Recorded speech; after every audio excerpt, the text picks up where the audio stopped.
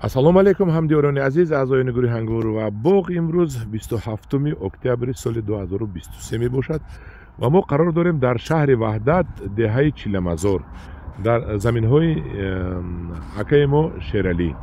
Акаи мо Шералӣ ба парвариши павлония ва истеҳсоли биогумус машғул ҳастанд. ана ҳозир ҳамин павлониҳое ки дар ин ҷо ҳаст шинондагӣ ҳастанд, на он қадар калон ҳастанд. мо мепурсем барои чӣ қадар калон нашуданд ва ин павлониҳо фурӯшӣ бошанд набошанд, нархашон чӣ аст, ҳамашро илтимос мекунем ки ба мо нақл карда диҳад. Акаи Шералӣ, салом алайкум, хуш омадед ба гурӯҳи ангур ва боғи мо. барои заҳматҳо ва меҳнатҳоятон якҷаҳон ташаккур ба шумо. барое ки пешравии тоҷикистонро ҳаракат мекунем, таъмин кунем, якҷаҳон ташаккур. шумо оиди ҳамин павлониҳоятон гап занед. ҳамин дарахти павлониҳо кадом сорт аст, кай шинонда шудааст, барои чӣ ҳоли қадаш баланд нашудааст, мо октябр шуд, як гап занед. Искандер и павлония сорти мо фақат фетеқати М1 мекунем. Чӣ? Фетеқати М1. ин сорти фете М1 сортои беҳтарин аст. ин фетиш аки тез гул мекунад, он ҳамин хелаш мо билда даромадагӣ аст. а фетиш тез калон мешавад. кадомш гул мекунад тез? М1-ш. М1-ш. он ҳамин ҷо М1 ҳаст. асал дар кадомш дар кор? М1 бо. барои замбури асал М1. ин аки Искандер аки шумо савол дидед, барои чӣ ин мо баландтар гап занед. ин мо баъди ҳамин гандимдара кордагим, аим стаканчик овардам. моҳи июл. о анамҷо гармӣ буд. ин ҳам камтар истола ки гармӣ омадагӣ, мегӯем чӣ бигем гарми сер бигем чӣ бигем, ақабаш об мондем, аввал камтар амал накард. баки салқиниши ина бо амал назд омадагӣ, ина баргӯш кап кабута ё ҳозир сортои фетиай. агар 4 моҳа гӯем ина ин моҳи июл, август, сентябр 3 моҳа, қариби 4 моҳа, ин дар ҳақиқат беҳтарин нашунамо ёфтааст. дар 3-4 моҳагиш иқа шудагӣ бошад, агар бо ин яъне ки ин технически обрезка кардагӣ шудагӣ аст. не ин аки насиб кардагӣ боша, ина харидоро агар бихаранд, ҳуҷҷое ки ҳамин ватани худмон боша, мо дастаст равон карда метавонем. ин насиб кардагӣ боша, мо ҳамин та мебарем метим шаҳр, ҳамин 50-60 сантиметр мумкин ки ҳамин та баранд, ана мебарем мекоранд. акаи Искандер бо ба биогумус букоранд, бо хубтара зимистонш қати айвай қо мегирад. ана ба айрӯи баҳор насиб кардагӣ боша, ай ҳамин рӯи замин 1 сантиметр монда мебарен шаҳр, мебаранд шаҳр баҳор кадом моҳ? ин акаи насиб кардагӣ саршави март насиб кардагӣ боша, ин та мебаранд шаҳр, ана ба амалш бо дигар хел мешавад. ҳозир бачаҳое ки аймо гирифтагӣ ҳамин сол техник сервис кардагӣ, ҳозир насиб карда уҷа мерем, қадаши 10 метр 9 метр шудагӣ. шумо ҳечи фурӯхтеда ҳамин? ҳамин сол мо парвонда бисёр фурӯхтем. парвонда тамоми бачаҳои ғармда, бачаҳои қурғанда то расида бурданд. як рафиқ ҳоҷӣ 50 дона ҳаминҷа самара расида бурданд. ака ҳозир тамошо дошт, акаи хайриддин ҳоҷӣ бобо, раҳмат ба шумо. ҳамун ҷо ҳам реклама дорам. аз ин дарахти павлония чӣ фоида аст? аки барои ҳамин халқи худмон ҳамин сохтмонда сабук мешавад. ҳозир нархи тахта чанқа ай чӣ бигӯм, тамоми намуди ҳамин ҳуҷрашта ҳамсои мамлакат ай ҳамин материалҳои сохтмонӣ гирифтадан. ҳозир бачаҳои худмон дар ҳамин пеш мондагиан, бояд ай ҳамин тамоми ҳамин стул дар тиреза ҳаминро бояд коркар кунанд, истисол кунанд, беҳад худмондан бачаҳо бисёр кӯрзанд. баландтар гап занед. беғарзи вай ҳамин сорти М1-ш барои ҳамин асалбонот беҳад нағз аст. асал ҳамин аки гектар шида мегӯям то 400-500 килограмм асал мегиранд, агар ниҳолои павлония бухӯранд. як гектар аки ин ҳамин М1 ин тез гул мекунад.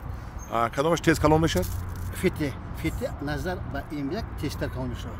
чанд солда худо хоҳад буридан дар кор шуд? аки ҳамин 6 солда насиб кардагӣ боша, аки акаи Искандер иам кор талаб мекунад. ин коргар мекунад, бикша мулоим мекунад, овш мекунад. ҳатман ақаллан ҳамин ҳафташ яб ов кунад. чанд ба чанд шунондан дар кор? аки барои дарахт калон кардан ақаллан 3 ба 3 калон мешавад. калон мешавад. ин аки насиб кардагӣ боша, мобайни 6 солда то 25 метр мешавад. мо рафтем Ӯзбекистон, ҳамиро дидем, тамошо кардем. ҳамун ҷо ки мо ай куҷо ин аки ин хеле ёд гирифта шудем, ҳамо як ҳафта меҳмониёро дидем ҳамунҷо 2 сол пеш. ҳама шуморо ҳамиро нишон додам, гуфтанд. шумо ҷавононро тавсия метиҳед ки мо ҳамин тавсия метиҳем ки ай ҳамин бикоранд, ҳамин халқи худмон барои худшон фоидаи калон аст. ҳамин 6 сол пас ҳамиро буриди акаи Искандер, бо ай ҳамин параш худиш савз меша мерӯяд. мумкин ҳамиро 8 боридагӣ бубирам. 6 сол пас то 50 сола. то 50 сола. ин тамоми мутахассисо иро мегӯяд. ҳамин ки мобайн осиёи миёнада овардаги одам профессор, ҳамиро наворошо тамошо мекунем, Алишер ака ҳамам алак ягон ҳамин бурида тахта кардан ҳамина? ایرا اکهول بچه‌های خودمون سر نکردن ممکن که لیل نبود سر کسوده بر وقت دادن بر وقت دیگه شما که همسایان خوجان انا ای خودمون نصیب کرده باشه اون شوگیرده که ای شوگیرده 3 سالش دیگه یک تاش بریدنی ای اگر ببره اگه اسکندر حتما فایرود میکنیم گویا برگه نور میکنیم رحمت اكو یک بودیگه تکرار کنید که همین پاولونیو رو حوزه شما فروختنید یکمش چند پولی فروختنید نه حالا شو نرخش اگه چون اگه اسکندر نصیب کرده باشه نرخش همین ای 25 تا 40 و باسه چیه ای واسه ای قدش آخری قد با شما میبرید کنه نه ایرا اگه میبریم اینه نگفتند ایوش یگای یه 2 متر 3 متر پیش 6 متر با شما حتما باید با میبرید کو هم برای میبریم اگه بعد در قدش نیست در استول کالونیش اینه پیش همین کلین بیاد اینه 1 متر میگیریم میگه این نقش دیگه 2 مترش دیگه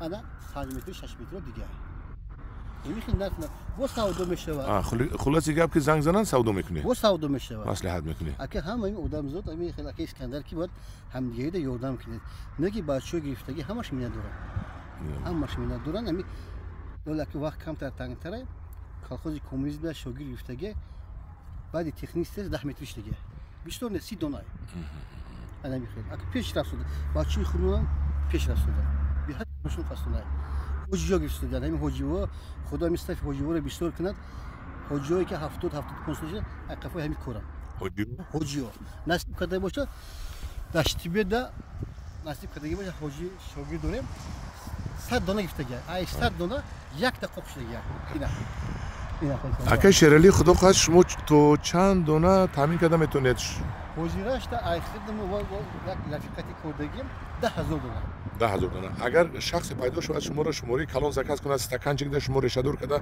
یا وجاو دو وجاو کرده میتید میتونم ان شاء الله نصیب همین سال گذشته طرفی کلوب ماسکوفسکی از دور 200 دلار کانچیک ده استکانچیک ده همدوران عزیز من در قوت نوار من تلفن اکی شرلی رو میمونم شما میتونید با اکی شرلی مراجعت کرده مصلحت کنید و حال ایرادگیر بسیار است نرخش رو نگفت آخه نرخش مصلحتی است نرخ اینا ما چی میگویم نرخش مصلحتی است مصلحت کنید و هم چی آخه نرخ دارد مصلحت دارد میپرسد همدوران عزیز من به غرض این در اینجا من میبینم با ارچه ها فروشی است ارچه فروشی هم دارید چند نمود ارچه بود است چند نمود اینجا بیروز راسیسکم هست چی هست گوید بیروز راسیسکم هست بیروز راسیسکم کاشتن هست که دو خونه با تو سمارودینا همش هست بسیار درخت داره اکی یک رفیق داره اکاسیا هم دارید اکاسیا هم هست اینمی اون اکاسیا من دیدم اکاسیا همدوران عزیز من هم خیلی در پناه خدا باشد ما میریم یک جایی که پاولونیوی کلون در نوار گرفته شده تو 6 مترش باشه یک نوار گرفته تصدیق کنیم سخنهای اکی شرلی رو بعد با نوار رو دوام میکنیم همدوران عزیز در پناه خدا باشید با گروه انگور و باغ باشید با کدوم مخصوص که باشد برای کلون مونید یعنی که کلاس مونید و پهن کنید پدلیت کنید با دقتتون رحمت